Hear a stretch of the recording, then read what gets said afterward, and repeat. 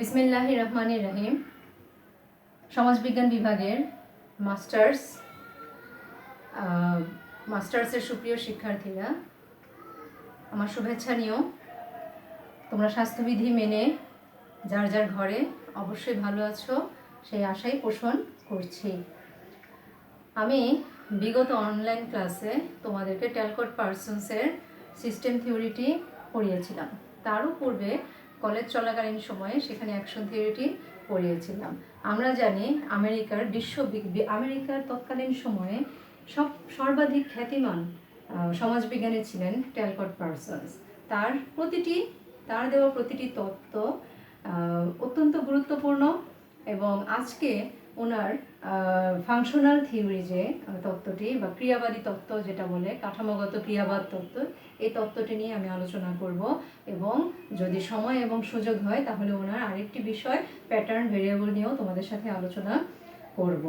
এবং এই আলোচনাটির সাথে সাথেই তোমাদের সিলেবাস অনুযায়ী ট্যালকট পার্সনসের যে বিষয়গুলো, এই বিষয়গুলো আলোচনা সম্পন্ন হবে আশা রাখি। তোমাদেরকে ক্লাসে শুরুতেই বলছি, ট্যালকট পার্সনস সমসাময়িক সমাজতাত্ত্বিক তত্ত্ব কোর্সের অত্যন্ত গুরুত্বপূর্ণ একটি অধ্যায় এবং জানবারও বিষয়। এই ট্যালকট পার্সনসের প্রতিটি তত্ত্ব তোমরা ধারণ করবে, বুঝবে। যদি বুঝতে কোনো সমস্যা হয় আমাকে তোমরা অনলাইনে বা মেসেঞ্জারে অবশ্যই নক করবে। আমি মূল আলোচনায় চলে যাচ্ছি। ট্যালকট পার্সনসের স্ট্রাকচারাল ফাংশনালিজম থিওরি, অর্থাৎ কাঠামোগত ক্রিয়াবাদ তত্ত্ব। আমরা জানি সমাজ এবং সংস্কৃতি পরিবর্তনশীল, এবং এই পরিবর্তন সর্বদা একটি প্রক্রিয়ার মধ্য দিয়েই চলতে থাকে। ট্যালকট পার্সনস সমাজের এই পরিবর্তনকে ব্যাখ্যা করতে গিয়ে দুটি বিষয়ের উপরে ফোকাস করেছে, যে দুটি বিষয়ের মাধ্যমে উনি কাঠামোগত এই বিষয়টিকেও তুলে এনেছেন। যে দুটি বিষয়ের উপরে ট্যালকট পার্সনস ফোকাস করেছেন বা জোর দিয়েছেন, বিশ্লেষণ করেছেন, তার একটা হচ্ছে সমাজের অন্তর্গত পরিবর্তন, এবং আরেকটি হচ্ছে সমাজের কাঠামোগত পরিবর্তন। সমাজের অন্তর্গত পরিবর্তনটা কি আমি একটু বলছি। যখন একটি সমাজের ভারসাম্যপূর্ণ অবস্থা বজায় রেখে যখন পরিবর্তন আসে, সেটিকে বলা হয় সমাজের অন্তর্গত পরিবর্তন। অর্থাৎ সমাজ যে সিচুয়েশনে ছিল সেখানে যেন ভারসাম্যহীনতার সৃষ্টি না হয়, ভারসাম্যপূর্ণ অবস্থা বজায় রেখে একটি পরিবর্তন আসবে। এক্ষেত্রে ট্যালকট পার্সনস আমাদের আচার-আচরণের যে মূল্যবোধ, আদর্শ এবং বিশ্বাস, সিম্বল, প্রতীক, এই বিষয়গুলোর উপরে উনি জোর দিয়েছেন। এবং দ্বিতীয়টি হচ্ছে সমাজের কাঠামোগত পরিবর্তন, অর্থাৎ স্ট্রাকচারাল চেঞ্জ, যেটা এই বিষয়টি উনি একটু ডিটেলসভাবে বলেছেন। ট্যালকট পার্সনসের মতে সমাজ পরিবর্তন হয় যে প্রক্রিয়ার মধ্যে, সেই প্রক্রিয়াটি হচ্ছে সমাজ সর্বদা লোয়ার স্টেজ থেকে আপার স্টেজে উন্নীত হয়, অর্থাৎ নিম্ন পর্যায় থেকে উঁচু পর্যায়ে ক্রমান্বয়ে বিবর্তন হয় সমাজের। সমাজ বিবর্তনের যে ধাপগুলো, বিবর্তনকে ব্যাখ্যা করতে গিয়ে উনি তিনটি ধাপের কথা বলেছেন। এর মধ্যে সবচেয়ে লোয়ার স্টেজ যেটা বা প্রথম ধাপ সেটি হচ্ছে প্রিমিটিভ সোসাইটি, অর্থাৎ আদিম সমাজ।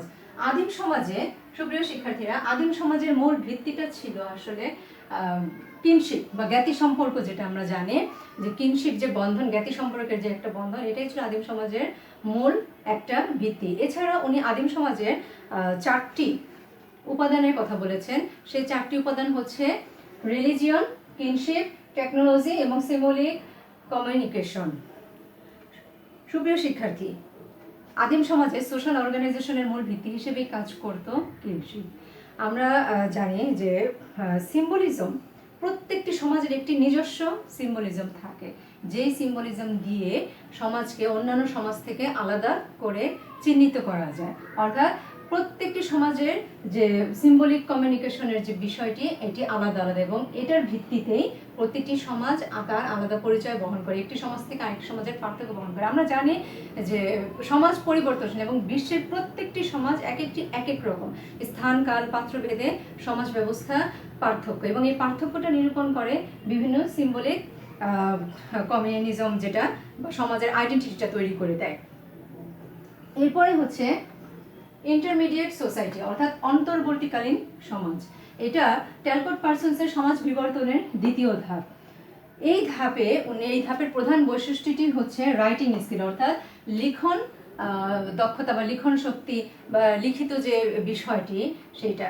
এই বিষয়টি একটু ব্যাখ্যা করে আমি তোমাদেরকে বলি যে লিখিত ভাষার বিকাশের মাধ্যমে সমাজে যে ক্রমশ বিবর্তন আসে সেটি হচ্ছে তোমার ইন্টারমিডিয়েট সোসাইটি, অর্থাৎ প্রিমিটিভ সোসাইটি থেকে ইন্টারমিডিয়েট সোসাইটিতে আসলো রাইটিং স্কিলের ভিত্তিতে, অর্থাৎ লিখিত বৈশিষ্ট্যের ভিত্তিতে। অর্থাৎ এই রাইটিং স্কিলে সমাজ প্রিমিটিভ সোসাইটি থেকে এই একটি ধাপে উন্নীত হলো, অর্থাৎ আপার স্টেজের দিকে আস্তে আস্তে এগিয়ে গেল ইন্টারমিডিয়েট সোসাইটি।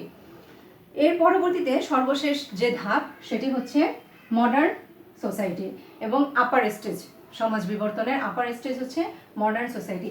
ইন্টারমিডিয়েট সোসাইটির মূল বৈশিষ্ট্য যেমন ছিল রাইটিং স্কিল বা লিখন ক্ষমতা, এবং তেমনি মডার্ন সোসাইটি বা আধুনিক সমাজের মূল বৈশিষ্ট্যটা হচ্ছে মডার্ন ল, অর্থাৎ আইনের ভিত্তিতেই মূলত আধুনিক সমাজ গড়ে ওঠে। বলা হয়ে থাকে যেসব সমাজ মডার্ন ল বা আধুনিক আইনকে আয়ত্ত করতে পারবে না তারা কখনো মডার্ন বা আধুনিক সোসাইটিতে, আধুনিক সমাজে পদার্পণ করতে পারবে না। অর্থাৎ ইন্টারমিডিয়েট সোসাইটি থেকে মডার্ন সোসাইটিতে যেতে হলে আইনকে আয়ত্ত করতে হবে। সুপ্রিয় শিক্ষার্থী, আমরা তাহলে এই তিনটা জিনিস থেকে বলতে পারি মূলত মডার্ন সোসাইটির আরেকটি বিষয় আছে, আমি একটু বলি তোমাদের। স্টেট মার্কেট, এখানে হচ্ছে তোমার কমিউনিটি,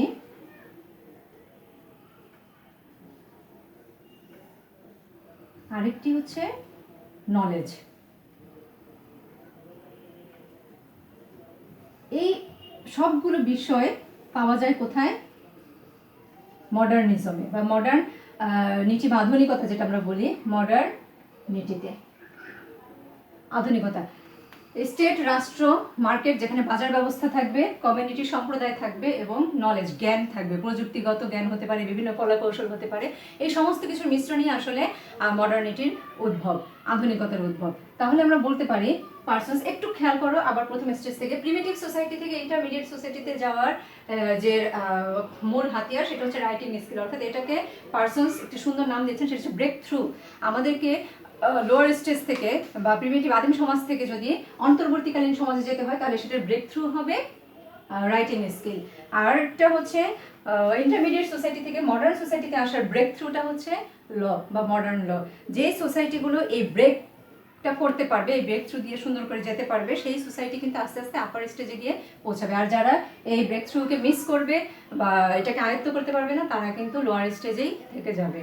এটা অত্যন্ত গুরুত্বপূর্ণ একটি তত্ত্ব ট্যালকট পার্সনসের। তবে ওনার এই গুরুত্বপূর্ণ তত্ত্বটিও কিন্তু সমালোচনার বাইরে ছিল না, কিছু কিছু সমালোচনা ছিল। যেমন একটি সমালোচনা হচ্ছে, বলা হয়ে থাকে আসলে ট্যালকট পার্সনসের action theory, system theory, pattern variable বা ফাংশনালিজম যাই বলি না কেন, প্রতিটি জিনিসকে বুঝতে হলে পাঠককে, অর্থাৎ আমাদেরকে একটু পরিশ্রম করেই বুঝতে হয়, কারণ ওনার কথাগুলো একটু বেশি তাত্ত্বিক এবং কিছুটা কঠিন বলে মনে হয়। এটা সমালোচকদের দৃষ্টিকোণ থেকে বলা হয় যে পাঠকদের জন্য এটা একটু পরিশ্রম করে বুঝতে হয়।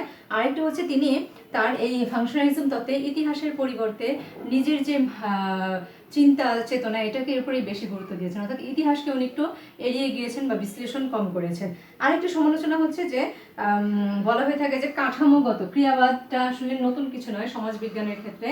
তা ওনার পূর্বে আরও বহু সমাজবিজ্ঞানী আছেন বা নৃবিজ্ঞানী আছেন যারা কাঠামোবাদী তত্ত্ব নিয়ে আলোচনা করেছে বা ক্রিয়াবাদী তত্ত্ব নিয়ে আলোচনা করেছেন। এবং উনি আরেকটা যেটা হচ্ছে বস্তুগত উপাদানের চেয়ে ভাবগত বিষয়টাকে উনি বেশি গুরুত্ব দিয়েছেন। যাই হোক, কিছু কিছু সমালোচনা সব ক্ষেত্রেই থাকবে। এই এত সমালোচনা থাকার সত্ত্বেও ট্যালকট পার্সনসের ফাংশনালিজম থিওরিটি অত্যন্ত গুরুত্বপূর্ণ। সুপ্রিয় ছাত্রছাত্রী,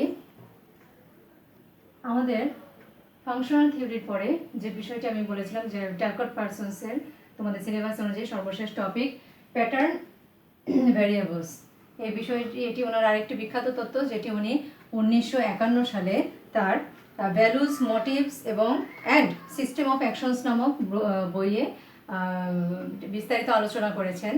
প্যাটার্ন ভ্যারিয়েবলটি কি আমি একটু বলছি তোমাদের। আমরা জানি প্রত্যেকটি সমাজেই বিভিন্ন ধরনের আদর্শ এবং মূল্যবোধ থাকে, কিন্তু এই আদর্শ এবং মূল্যবোধগুলো কিন্তু স্থির নয় বা নির্দিষ্ট নয়, এর বিভিন্ন বিকল্প ব্যবস্থাও থাকে। এই মূল্যবোধগুলোকে সমাজে বসবাস করতে হলে যে সুনির্দিষ্ট মূল্যবোধের মধ্যে থেকেই বসবাস করতে হবে এমন কোনো বাধ্যবাধকতা কিন্তু আমাদের সমাজ দিয়ে দেয়নি, আমাদের সমাজে নেই। অর্থাৎ যে কোনো একটি মূল্যবোধ থাকবে এবং ওটার মধ্যেই মানুষকে চলতে হবে, বিষয়টি এমন নয়। ট্যালকট পার্সনসের মতে প্রত্যেকটি সমাজে প্রতিটি মূল্যবোধের কিছু বিকল্প ব্যবস্থা থাকে। এই বিকল্প ব্যবস্থাগুলোকে নির্দেশ করার জন্যই ট্যালকট পার্সনস প্যাটার্ন ভেরিয়েবলের কথা উল্লেখ করেছেন। অর্থাৎ উনি বলেছেন বিভিন্ন মূল্যবোধের যে বিকল্প ব্যবস্থাগুলো, এই ব্যবস্থাগুলোকে বলা হয়ে থাকে প্যাটার্ন ভেরিয়েবল। একটি এক্সাম্পল বলি তোমাদের। ক্রেতা যখন একটি পণ্য ক্রয় করতে বাজারে বা দোকানে যায়, তখন সে অনেক বা হাজার হাজার পণ্য থেকে পছন্দ করে যে কোনো একটি পণ্য কিনতে ক্রয় করতে পারে। অর্থাৎ তার সামনে অনেকগুলো বিকল্প থাকে যেখান থেকে সে একটি পছন্দ করতে পারে। ট্যালকট পার্সনসের মতে প্যাটার্ন ভেরিয়েবলটিও এরকম, সামাজিক মূল্যবোধের অনেকগুলো বিকল্প থাকে যেখান থেকে একটি মূল্যবোধকে আমরা পছন্দ করে সেটা আমাদের আচরণের মাধ্যমে প্রকাশ করতে পারি। এই বিষয়টি হচ্ছে সহজ কথা যদি আমরা বলতে যাই, কোনো একটি নির্দিষ্ট সমাজে সামাজিক সম্পর্কের ক্ষেত্রে একজন ব্যক্তি তার আচরণ বা কর্মের যে দুটি পথ থাকে সামনে, এই দুটি পথ থেকে যে একটি পথ বেছে নেয়, এটাকেই বলা হয় প্যাটার্ন ভেরিয়েবল। আরেকটি এক্সাম্পল দিলে তোমরা জিনিসটা পরিষ্কার বুঝবে। যেমন ধরো, একজন ছাত্রের সাথে যদি রাস্তায় বা চলাচলের পথে একজন শিক্ষকের সাথে দেখা হয়ে যায়, তখন সে শিক্ষককে পায়ে ধরেও সালাম করতে পারবে অথবা এমনিতেও মুখে তাকে সালাম দিতে পারবে, যেটা আমাদের সমাজের মূল্যবোধকে নির্দেশ করে। অর্থাৎ দুটি অপশন আছে, সে যে কোনো একটিকে পছন্দ করতে পারবে। এই বিষয়টিকেই ট্যালকট পার্সনস বলেছেন প্যাটার্ন ভেরিয়েবল। জি.ই. সোয়ানসন প্যাটার্ন ভেরিয়েবলের একটি সুন্দর সংজ্ঞা দিয়েছেন। কোনো সামাজিক সম্পর্কের ক্ষেত্রে কর্তার সম্মুখে প্রত্যক্ষ বা পরোক্ষভাবে কর্ম নির্বাচনের জন্য যে দ্বৈত অবস্থা বিদ্যমান, তাই হচ্ছে প্যাটার্ন ভেরিয়েবল। অর্থাৎ আমরা যারা আছি কর্তা, তারা সমাজে বিভিন্ন কাজ করার সময় সামনে যে দুটি সিচুয়েশন থাকে বা দ্বৈত অবস্থা থাকে, দুই ধরনের অবস্থা থাকে, সেখান থেকে যে কোনো একটি অবস্থা আমরা বেছে নিতে পারি। এই বিষয়টি হচ্ছে প্যাটার্ন ভেরিয়েবল। সুপ্রিয় ছাত্রছাত্রী, ট্যালকট পার্সনসের মতে ট্যালকট পার্সনস পাঁচ জোড়া বিকল্পের কথা বলেছেন। অর্থাৎ 5টি সেটের কথা উনি বলেছেন, যেটাকে বলা হয় 5 প্যাটার্নস অফ ভেরিয়েবল। ট্যালকট পার্সনস এটি কোনো সুনির্দিষ্ট কোনো সমাজ বা সংস্কৃতিকে কেন্দ্র করে কিন্তু দেয়নি, এটি একটি বিশ্বজনীন অর্থাৎ সার্বজনীনভাবে উনি এটি দিয়েছেন। এই 5 প্যাটার্নস অফ ভেরিয়েবলসের মধ্যে প্রথমটি হচ্ছে অ্যাফেক্টিভিটি ভার্সাস অ্যাফেক্টিভ নিউট্রালিটি, যেটাকে যদি আমরা বাংলা করতে যাই হচ্ছে স্নেহ বনাম স্নেহ নিরপেক্ষ। সুপ্রিয় ছাত্রছাত্রী, এটা প্যাটার্ন ভেরিয়েবলের প্রথম সেট। এখানে বলা হয়ে থাকে একজন কর্তার যে কোনো একটি কাজ করার জন্য দুটি অপশন থাকে। অর্থাৎ আমরা যারা কাজ করি, যে কোনো কাজ হতে পারে, হয় সেই কাজটি করার জন্য আমাদের খুব আগ্রহ থাকবে অথবা আমাদের কোনো আগ্রহ থাকবে, সেই কাজের প্রতি আগ্রহ থাকবে না। কোন সিচুয়েশনে আমাদের আগ্রহ তৈরি হবে এবং তৈরি হবে না, তো ওইভাবে আমরা এটাকে চুজ করবো যে আমরা কাজটি করবো কিনা।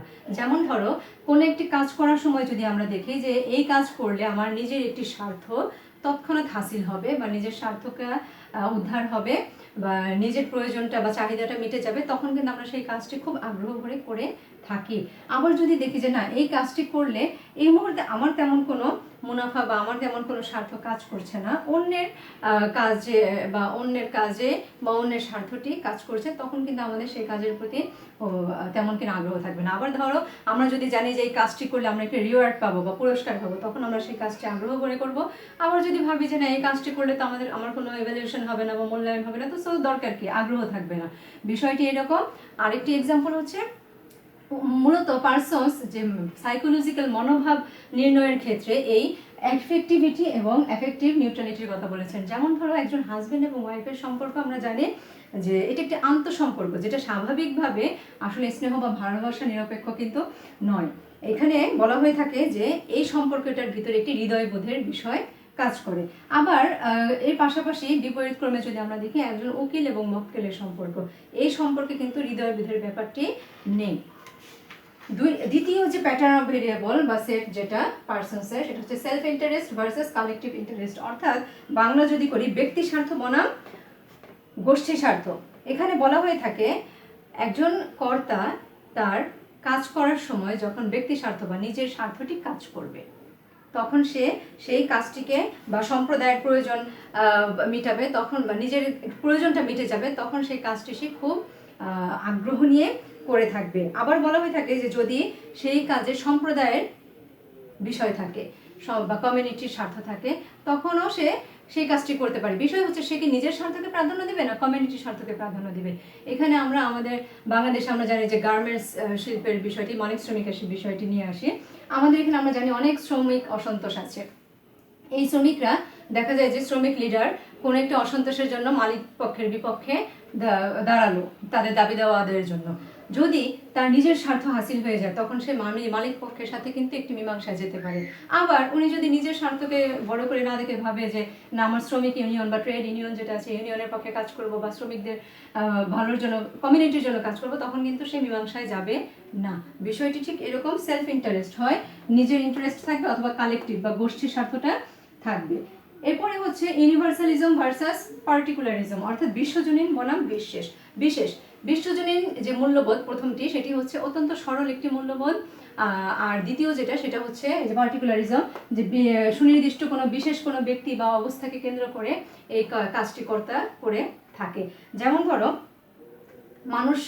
মানুষ হিসেবে আমরা মানুষের প্রতি শ্রদ্ধাশীল থাকবো, এটি হচ্ছে বিশ্বজনীন একটি বিষয়। অর্থাৎ পৃথিবীর স্থান কাল পাত্রভেদে তুমি যেখানে যে দেশে যেই সমাজেই যাও না কেন মানুষের প্রতি তোমার শ্রদ্ধা থাকবে, এটা মানব ধর্ম এবং এটা বিশ্বজনীন। আবার এর পাশাপাশি যদি আরেকটা রাখি, আমরা জানি আমাদের পবিত্র করে আনে বলা হয়েছে যে মায়ের পায়ের নিচে সন্তানের বেহেশত, এখানে একটি বিশেষ ব্যক্তিকে নির্দিষ্ট করে দেওয়া হয়েছে, এটা হচ্ছে পার্টিকুলারিজম। এখান থেকে আমরা যে কোনো একটি চুজ করতে পারি, এটা একটা প্যাটার্ন ভেরিয়েবলের তৃতীয় সেট। চতুর্থ সেট যেটা সেটা হচ্ছে অ্যাসক্রিপশন ভার্সাস অ্যাচিভমেন্ট, অর্থাৎ আরোপিত। অ্যাসক্রিপশন আমরা জানি আরোপিত অথবা ভার্সাস অ্যাচিভমেন্ট অর্থাৎ অর্জিত। আরোপিত বনাম অর্জিত, সেটা হচ্ছে এই অবস্থায় কর্তার সামনে যে কাজটি থাকে, কর্তার হয় একজন ব্যক্তির আরোপিত গুণের প্রতি জোর দিবে বা গুরুত্ব দিবে অথবা তার অর্জিত গুণের প্রতি জোর দিবে। এক্সাম্পল না দিলে বিষয়গুলো ক্লিয়ার নয়, আমরা আগেই বলেছি যে ট্যালকট পারসনসের বিষয়গুলো একটু কমপ্লেক্স জটিল। উদাহরণ দিলে হয়তো তোমরা বুঝবে। ধরো একজন ব্যক্তি চাকরির ইন্টারভিউ দেওয়ার জন্য তার বোর্ডের সামনে গিয়ে পৌঁছালো, তখন সামনে যারা আছে কর্তা তারা সেই চাকরি প্রার্থীর হয় অ্যাসক্রিপশন আরোপিত গুণটার উপরে জোর দিবে অথবা তার অর্জিত গুণ। অর্থাৎ আরোপিত হচ্ছে বংশগতভাবে আমরা জানি যেটা তাকে আরোপ করা হয়, যেমন ধরো তার সেক্স, সে কোন সেক্সের বা লিঙ্গ, তার দর্শনধারী, তারপর তোমার তার বংশমর্যাদা, এগুলো কিন্তু সে অর্জন করেনি, এগুলো সে বাই বর্ন বা জন্মগতভাবে উত্তরাধিকার সূত্রে পেয়েছে। উত্তরাধিকার সূত্রে আমরা যে গুণগুলো পেয়ে থাকি আমরা জানি সেটিকে অ্যাসক্রিপশন বা আরোপ করা হয়, আরোপিত। আরেকটি হচ্ছে যে অ্যাচিভমেন্ট, সেই ইন্টারভিউ প্রার্থীর অ্যাচিভমেন্ট, পেশাগত দক্ষতা কি, সে নিজে কি অর্জন করেছে, এই চাকরিটি করার জন্য সে কতটুকু দক্ষ এবং কোয়ালিফাইড হয়েছে, সে নিজে কতটুকু দক্ষতা অর্জন করেছে, কতটুকু ট্রেনিং গ্রহণ করেছে। অর্থাৎ যে চাকরির জন্য সে ইন্টারভিউ দিতে গেল সেই চাকরির জন্য তার যে পেশাগত যোগ্যতা এইটা কতটুকু যেটা সে অর্জন করেছে। এখন প্রশ্ন হচ্ছে তার বংশগতভাবে সে যেটি পেয়েছে সেটিকে যিনি ইন্টারভিউ নেবেন চাকরিদাতা সে সেটাকে গুরুত্ব দিবে নাকি সে পেশাগত যোগ্যতা সে অর্জন করেছে সেটিকে গুরুত্ব দিবে। এটা হচ্ছে প্যাটার্ন ভেরিয়েবলের চতুর্থ একটি সেট। আশা করি এই বিষয়টি একটু বুঝতে পেরেছো তোমরা। সর্বশেষ প্যাটার্ন ভেরিয়েবলের সেট যেটি সেটা হচ্ছে স্পেসিফিটি ভার্সাস ডিফিউজনেস। এটাকে যদি বাংলা বলি নির্দিষ্ট বনাম সর্বাত্মক। সুপ্রিয় শিক্ষার্থী, কর্তার সামনে যে কোনো একটি স্বার্থ সুনির্দিষ্ট হতে পারে, অর্থাৎ যে কোনো একটি কাজ তাকে করতে হতে পারে, এমন একটি সিচুয়েশন আসতে পারে যে সেই কাজের বাইরে সে অন্য কোনো কাজ করতে পারবে না। এক্ষেত্রে সমাজ একটু অস্পষ্ট থাকে যে সে সুনির্দিষ্টভাবে ব্যক্তির পছন্দকে অনেক সময় নির্ধারণ করে দেয়, যে অপ্রত্যক্ষভাবে অনেক সময় সমাজ তাকে নির্ধারণ করে দিতে পারে বিষয়টি একটু অস্পষ্টভাবে যে তাকে এই কাজটি করতে হবে। এই বিষয়টি হচ্ছে যে সমাজ তাকে বলে দিচ্ছে কোন সিচুয়েশনে তাকে স্পেসিফিক নির্দিষ্ট থাকতে হবে অথবা কোন সিচুয়েশনে তাকে অস্পষ্ট থাকবে, এটা তাকে বুঝতে হবে। অর্থাৎ মানুষের আচার আচরণ, সংস্কৃতি, আদর্শ এবং মূল্যবোধের বর্ণনা বা একটি সমাজের ব্যক্তিদের আচার আচরণের সাথে অন্য একটি সমাজের ব্যক্তির আচার আচরণকে তুলনা করার জন্য যে বিষয়টি তুলনা করার জন্য এই প্যাটার্ন ভেরিয়েবলটি আসলে ব্যবহার হয়ে থাকে। অনেক সময় আমরা ভাবতে পারি যে এটা কী জন্য প্রয়োজন। বিষয়টি আসলে অনেক বেশি গুরুত্বপূর্ণ। এক একটি দেশের এক একটি সমাজের মানুষের আচার আচরণ মূল্যবোধকে বোঝার জন্য, তুলনা করার জন্য প্যাটার্ন ভেরিয়েবল প্রয়োজন হয়। আজকে এ পর্যন্তই থাকুক। আমাদের টেলকোট পার্সনসের যে বিষয়গুলো ছিল, এই বিষয়গুলো এখানেই মোটামুটি শেষ হয়ে গেল। আমরা জানি যে আগেও বলেছি টেলকোট পার্সনস কিন্তু অনেক বিশ্ববিখ্যাত একজন সমাজবিজ্ঞানী ছিলেন। ওনার প্রতিটি তত্ত্ব গুরুত্বপূর্ণ। অবশ্যই তোমরা এগুলোকে ধারণ করবে, বুঝবে, ভালো থাকবে, সুস্থ থাকবে যেখানেই থাকো। আশা রাখি তোমাদের সাথে আবার দেখা হবে ইনশাল্লাহ। আবার কোনোদিন অনলাইন ক্লাস নিয়ে তোমাদের সামনে উপস্থিত হব। সবার জন্য শুভকামনা রইল। আল্লাহ হাফেজ।